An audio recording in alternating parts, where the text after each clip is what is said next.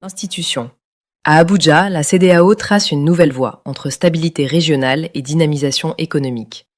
Et représentants des pays membres du Conseil des ministres de la Communauté économique des États de l'Afrique de l'Ouest, CEDEAO, se sont réunis le 10 décembre 2025 à Abuja, au Nigeria, pour l'ouverture de la 95e session de leur instance, en prélude au sommet des chefs d'État prévu le 14 décembre. Cette rencontre a permis d'aborder de front les défis qui traversent la région, notamment le besoin d'une intégration économique plus poussée et le climat sécuritaire fragilisé par les crises politiques récurrentes.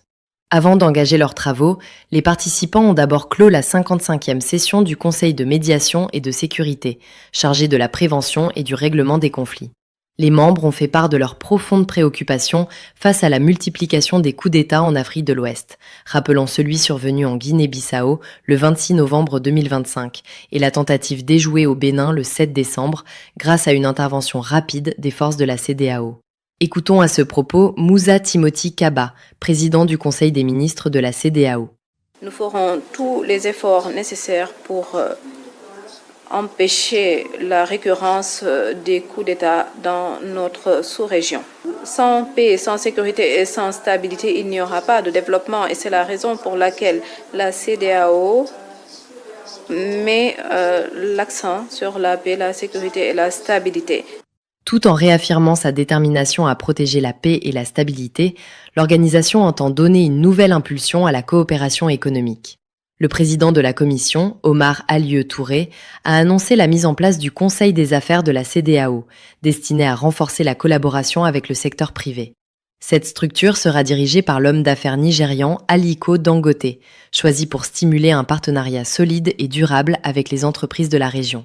Omar Alieu Touré en parle. À travers le Conseil, nous espérons faire venir le secteur privé autour de la table pour contribuer au développement de notre région.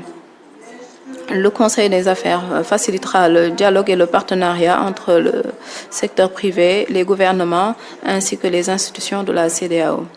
Sur le plan économique, une mesure d'ampleur prendra effet le 1er janvier 2026, avec la suppression des taxes sur le transport aérien et la réduction de 25% des redevances passagers et de sécurité dans tous les États membres. Le directeur des transports à la commission de la CEDEAO, Chris Appiah, donne des détails à ce sujet. Par exemple, si vous voulez acheter des marchandises de Lagos pour les envoyer à Dakar, l'opérateur économique ne va pas débourser moins de $300 pour son billet d'avion. Tout cela à cause des taxes aéroportuaires à payer. Cette initiative va beaucoup arranger les gouvernements parce que lorsque les taxes sont réduites, beaucoup de personnes vont commencer à voyager, beaucoup plus d'entrepreneurs et commerçants également.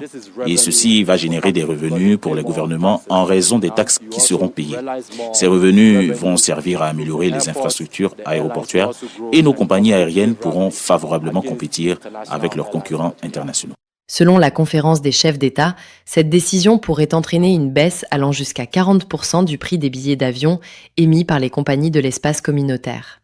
En réunissant sécurité et intégration économique au cœur de ses priorités, la CEDEAO cherche à ouvrir une nouvelle étape pour une région plus stable, plus connectée et résolument tournée vers un développement partagé. APRA, Agence Presse, Radio et Audio.